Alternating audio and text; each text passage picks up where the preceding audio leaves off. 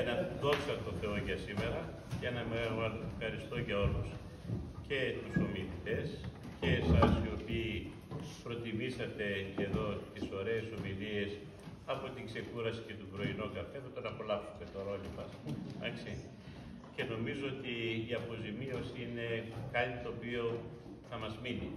Τόσο η ομιλία του πρώτου ομιλητή, του κ. Κωνσταντίνου, για την Παναγία, όσο και του κ. Παπαγεωργίου για τους Σαμαριναίους ζωγράφους, νομίζω ότι έδεσαν πάρα πολύ καλά με τη σημερινή ημέρα.